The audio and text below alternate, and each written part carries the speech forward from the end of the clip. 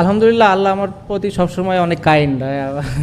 এরকম সিচুয়েশন যখনই আসে আল্লাহ ভালো কিছু দিয়ে দেয়। ওর নাম আর বলতে বলছো। সাকিব, এই ভেন্যুতে 2009 সালে অধিনায়ক হিসেবে আপনার যাত্রা শুরু হয়েছিল মাশরাফির অনুপস্থিতিতে। তারপর তো আমরা ক্যাপ্টেন সাকিবকে পেলাম, অনেক সাফল্য আপনি এনে দিলেন। তারপর আবার আজকের এই ম্যাচটাতে বলা যায় যে একটা আপনি অনেকদিন পর ম্যান অফ দ্য ম্যাচ হলেন, 50ও পেলেন। তো এই ভেন্যুর প্রতি কি আলাদা কোনো সফটকর্নার তৈরি হলো কিনা?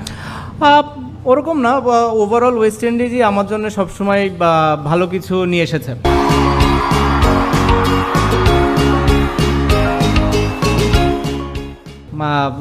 ওভারঅল আমি যদি আমার ক্যারিয়ার জুড়ে দেখি, ওয়েস্ট ইন্ডিজে আমার অনেক ভালো ভালো স্মৃতি আছে। সো স্বাভাবিকভাবে ওই একটা কনফিডেন্স আমার ভেতরে কাজ করছিল যে এই একটা জায়গা যেখানে আমার ভালো করার সম্ভাবনা অনেক বেশি।